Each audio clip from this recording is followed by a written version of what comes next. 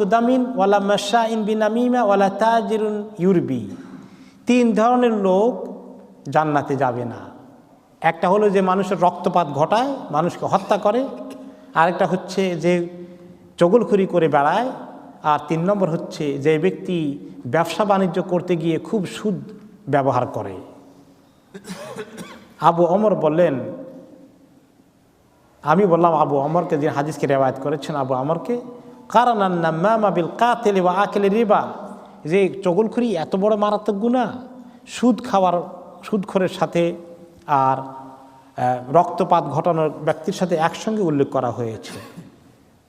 এই একটি চগলখড়িটাও এত বড় গুনাহ?